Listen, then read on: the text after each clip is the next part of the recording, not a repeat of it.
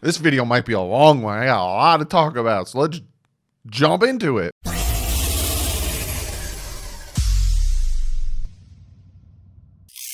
What is up, Finn fans? Yes. Deeper dive. 20-3 beating of the New York Jets. Dominant defensive performance. And, it was all right. Offensive performance.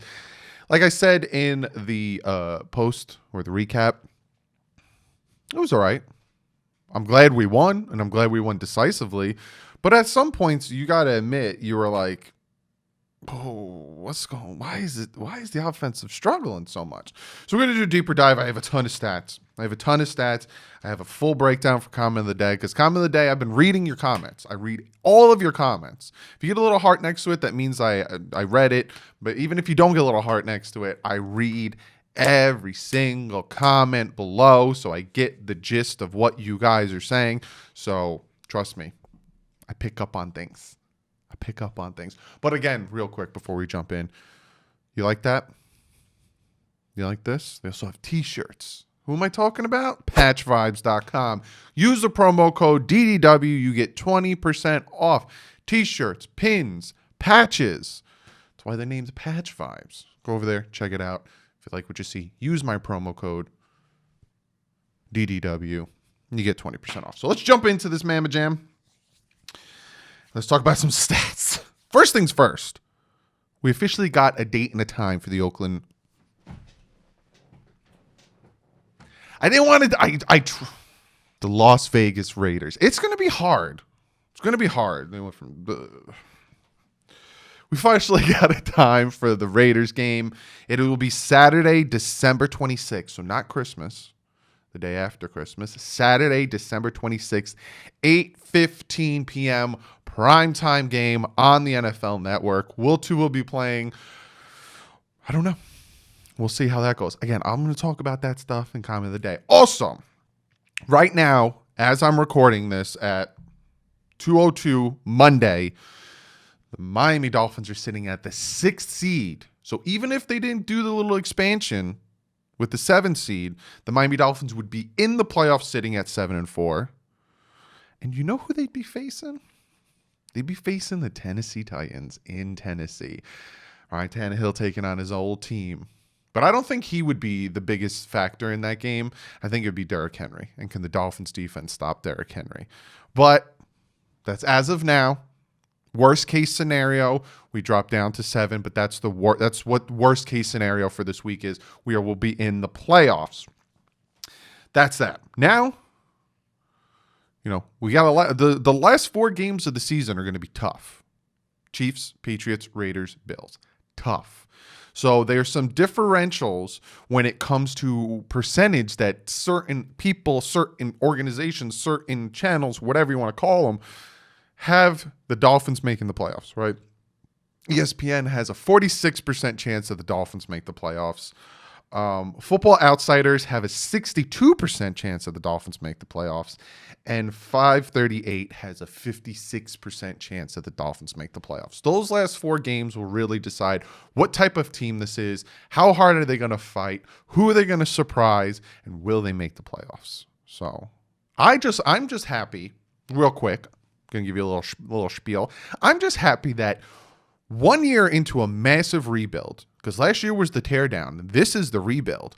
The first year into the rebuild, the Dolphins are going to be going into December playing playoff-worthy, hopefully getting in football. Who would have thought your first year into a rebuild, you're sitting at 7-4, have a good chance, just got to play sound football to make the playoffs. Competitive football in December. I'm just happy about that. I don't care what anyone says. I'm happy about that. Now let's talk stats. I'm talking point differential here. First half point differential. So this is the amount of points the Dolphins score in the first half. 81, a plus 81 point first half point differential. That is the best in the NFL. A 9.5 points per game in the first half. That's how much the defense is letting up. Third in the NFL. 18.6 points per game for the defense. Top five right there. When you look at the AFC East, and you're looking at point differential in a whole, the Miami Dolphins are number 1 with plus 79. The Bills are number 2 with plus 17. The Patriots are 3 with minus 26. And, Jets, they have a minus 170. Not great. Talking about Sunday's game, though. The Jets had a season low of 10 first downs against the Miami Dolphins. It's the defense. The defense is dominant. The defense is what's carrying this team. 3 points allowed in 2 meetings with the New York Jets. 3 points. Blew them out 24-0, and yesterday 20-3. Only allowed 3 points. That is the fewest points allowed since 2009 between the Browns and the Ravens. The fewest points allowed. Could that be because the Jets are horrible? Yeah, probably. But also helps if you got a pretty dominant defense. Devonte Parker is one of 9 all-time Miami Dolphin wide receivers who broke 4,000 yards. And he was so close to being a bust for us. Now all of a sudden he's playing really, really well for us. I'm going to talk about the defense one last time. They had 55 snaps, which is pretty good. You don't want the defense out there too much. 55 snaps, and that is equated to the offense converting on third downs 8 times, 50% on their third downs. Not great, but not bad. Helped the defense out immensely. Now, let's talk about this offense a little bit, right? In the last 2 games, the Miami Dolphins quarterbacks have been sacked 10 times, hit 17 times. That's not good. Offense, 18 pressures, 11 hurries, 3 hits, 4 sacks, and 2 penalties in yesterday's game. Real quick, want to thank Reason for those stats. He tweeted those stats out. Be sure to go out and follow Reason on Twitter. He tweeted out those stats, and I was like, holy crap, those stats are ridiculous. I need to talk about them in my video. I'm going to jump back to defense. We're going to talk about Emmanuel Ogbah. 8 sacks on the season. He's tied for 7th in the NFL. 46 pressures, tied for 5th among defensive ends. And he had 5 QB pressures yesterday. Now, I gave a whole little section for one of my favorite Dolphins right now. A guy that I've been banging the table for. A guy that I've been telling people he's good. Look at how he's playing. And I heard, first 2-3 weeks of the season, I heard people say, yeah, he sucks. We shouldn't have paid him that much. I'm talking about my guy, Xavier Howard, one of the best cornerbacks in the league, if not the best corner in the league. So many people doubted him. Not this guy. I defended him from Kingdom Come. 7 interceptions. Number 1 in the league. 7 interceptions. Out of the last 9 games, he's had 7 interceptions of the last 9 games. Only 2 games he didn't have an interception. And those were his down games. Those are the games he was got to get the rust off. Get the rust off a little bit. Nah, I'm good. I'm going to keep picking people off. He joins a group of Miami Dolphin corners with multiple seasons of 7+ interceptions. A group of great Miami Dolphins. I'm talking Sam Madison. I'm talking the late great, rest in peace, Jake Scott. I'm talking Dick Anderson. And now Xavier Howard is in that group for multiple seasons with 7+ interceptions. I don't know what happened to my speech there, but we're just going to keep moving on. The Jets tried Xavier Howard 10 times. They threw at this man 10 times. 3 completions, 37 yards, 1 interception. He gave up a passer rating of 2.9. Don't throw it at him. Just don't throw it at him. I don't understand why you are. On the season, Xavier Howard is giving up 50.3 passer rating to opposing quarterbacks. Ridiculous. Absolutely ridiculous. He is graded the number 2 corner in the league by PFF. I think it should be number 1, but I'll take number 2. Number 2 corner in the league in Xavier Howard. I think, and he's not even paid as a number 1 corner. When we paid him, so many more corners got paid. Even when we paid Byron Jones, more and more corners got paid. Byron Jones, I think, is like the 4th highest paid corner, and Xavier Howard is like the 5th or 6th highest paid corner. It's funny. We paid him at the right time. So those are some of the stats I wanted to talk about. Some of the things for the first time, I'm going to jump in to some of the things that the players had to say. And then we're going to get to comment of that. Stop. And then we're going to get to comment of the day, which essentially I got a little bit of a breakdown. I'd like to pop video up, but I don't think I can. Again, copyright and all that other stuff. But comment of the day, you know what I'm going to talk about. But let's talk about what the coaches and the players had to say, right? Brian Flores yesterday talking about Tua. He said, if he's healthy, he's our guy. I don't know how many different ways I can say that. And yeah, they went with him. They started their future. It just so happens he got his thumb got banged up. A lot of people are saying, oh, there's the injury. The injury is starting. No. How many quarterbacks have banged their thumb on a helmet of a defender? It happens, people. It happens. He played through the ankle injury, which I don't even think was an ankle injury. He's fine. When he's healthy, he will be starting. There's no quarterback controversy right from Brian Flores' mouth. Then they talked to Fitz. He laughed. He laughed when the call came in for that read option. So essentially, I don't know if you guys saw it, but he got I think 13, 14 yards on the read option. He could have kept it or he could have pitched it to the running back. He laughed. He said if this was about 10 years ago, he might have scored. He laughed. He also talked about Devonte Parker being a special 50-50 guy.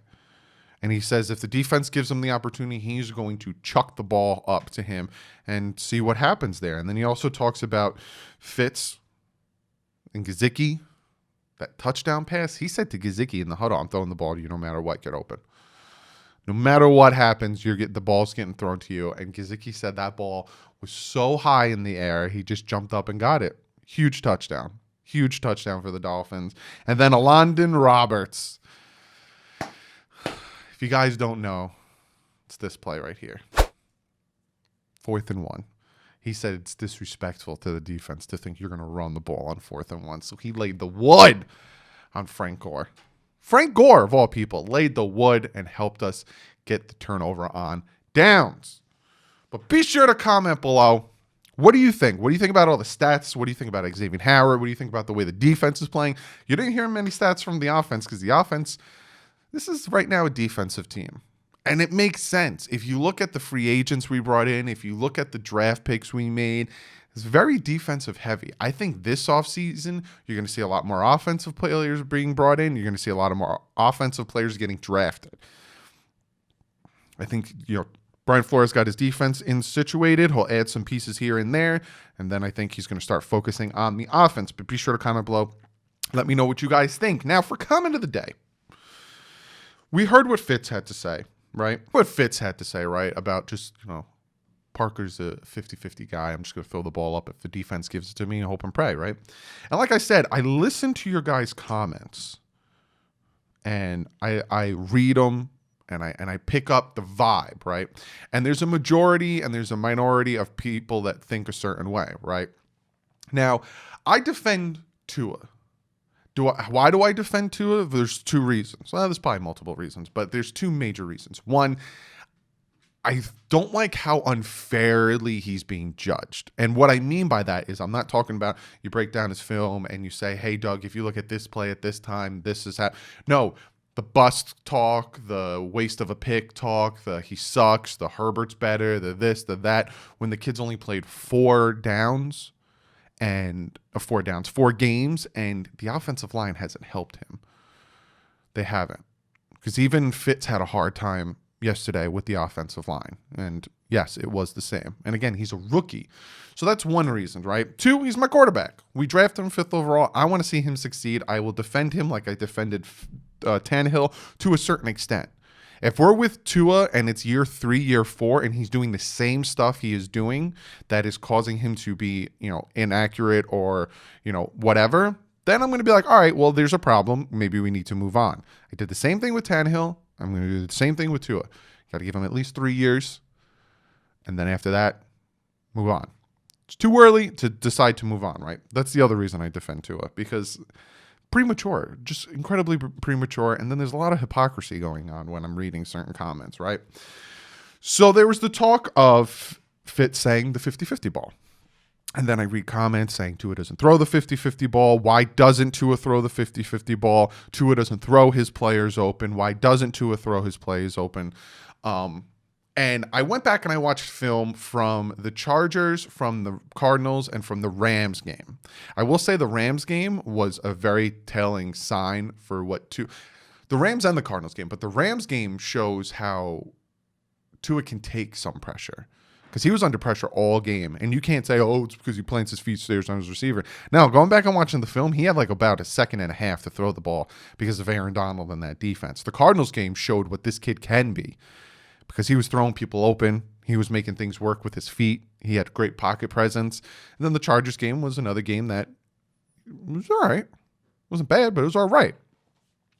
So, like I said, the question was always, why does Fitz have such a connection with Parker and Gesicki, and Tua's kind of struggling in that department? One, Fitz played with these players all of last year. He has that connection. He knows what to do. He knows how to throw it. He's a 15-year vet. With experience comes the knowledge of what you can and can't throw with certain receivers, right? Tua is a 4-game rookie.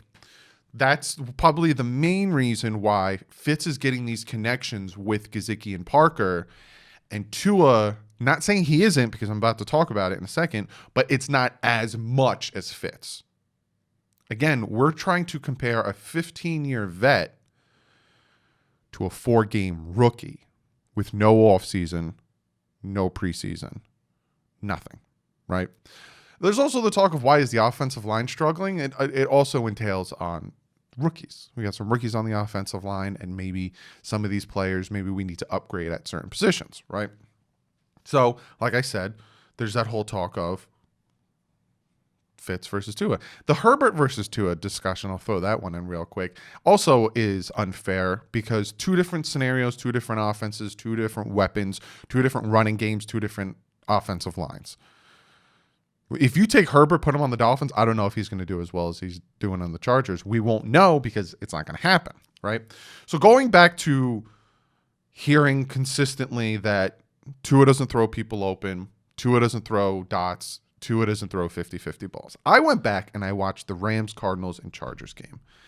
And I wish I could pop up more footage, but I feel like I'd get copyright striked and copyright claimed, and all of a sudden crap would happen. So I showed you the one in the London Roberts video. I'm not pushing my luck. But I time-stamped certain passes in these 3 games, and if you guys want to, you can go back and check it out. The Rams game, he threw a 50-50 pass to Gesicki in the first quarter at 4 minutes and 27 seconds. That was a perfect drop right in his hands. Defense made a great play on it, but it hit Gesicki right in the hands, and it was a perfect pass to a Gesicki that kind of was covered, and he led him. He led him in that pass, right?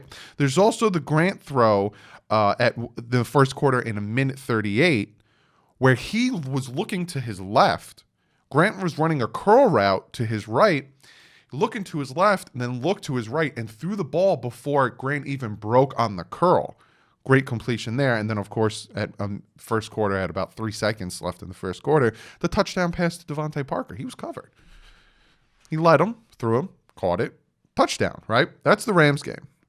Cardinals game, I have a longer list because the Cardinals game, Tua, like I said, showed what he can do. He had a back shoulder throw to Preston Williams. I think it was in the first quarter. He was completely covered, but he threw it to his back shoulder and he caught it. You have the deep pass to Preston Williams in the second quarter, 14 minutes, 13 seconds. And at that play, completely covered, perfect pass, a dot to Preston Williams. He threw a dot to Devonte Parker in the third quarter with 50 seconds left in that quarter. It was a curl route. He threw a dot to Devonte Parker in the fourth quarter, 13 minutes, 13 seconds on another comeback route. And the touchdown pass to Mac Hollins was he threw it before Mac Hollins even turned his head to look at the ball. He was like, I'm just going to throw it up to him. And he's going to moss him. He's one-on-one coverage. I'm just going to throw the ball up to him. He still does it. And then the Gesicki big catch, fourth quarter, 5 minutes and 7 seconds, completely covered there. That's the Cardinals game. And that's just a few. I don't want to bore you guys with a whole laundry list of plays. And then looking at the Chargers, the bad snap in the second quarter in 14 minutes, he just threw, he looked and he saw Devonte Parker was one-on-one with his corner. He said, screw it. And he just threw it up to him. And Devonte Parker made the play. Gesicki across the middle, third quarter, 6 minutes, 59 seconds. He was covered there. He put the ball where it had to be for Gesicki and only Gesicki to catch it. Then the Shaheen catch in the third quarter, 4 minutes and 48 seconds, a dot across the middle. And finally, the out route to Jakeem Grant, fourth quarter, 14 minutes, 7 seconds. Put it where the ball had to be.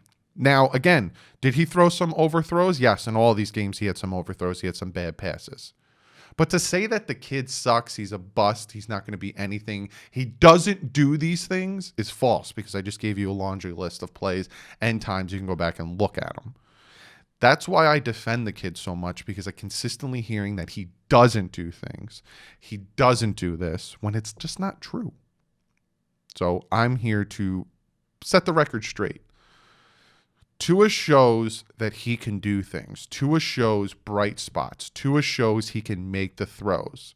He's a 4-game rookie that hasn't played football in over a year when he came back.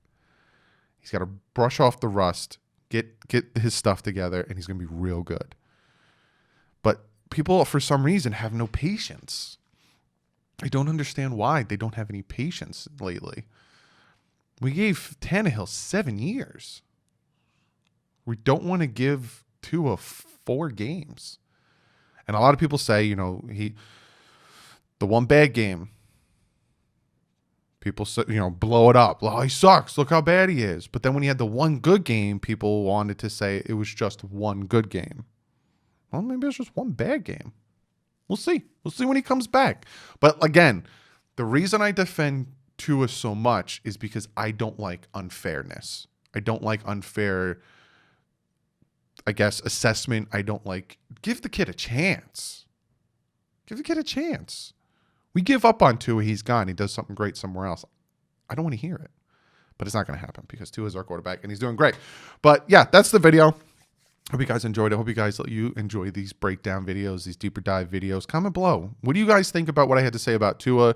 What do you guys think? I did so much time and effort in finding these passes. There's so many more in there. I can even go into passes where he had great footwork. He looked off people. He's a 4-game rookie that will learn and get better. He struggled a little bit against Denver. He struggles a little bit, but he still bounces back. That Cardinals game is the future. He played so well in that Cardinals game. But be sure to comment below. Let me know what you guys think. Like usual, go follow me on Twitter and Instagram. Check out Fanatics Network. Very, very great. They have the website, fanaticsnetwork.com. They have their YouTube channel. They have a ton of podcasts. Great stuff over there. Be sure to go over, check it out. Fan to Fan Network. Also, check them out as well. Ton of great content. NFL YouTubers, all 32 teams. Go over, check that out. They also have their live streams, everything before the games. But other than that, I will see you guys with the picks video, which is coming out Thursday. And then my breakdown Friday of the Dolphins taking on the Cincinnati Bengals. Will Tua be playing? We will find out. But other than that, if news breaks, you'll get some news from me. But like usual, guys, stay classy. Fins up.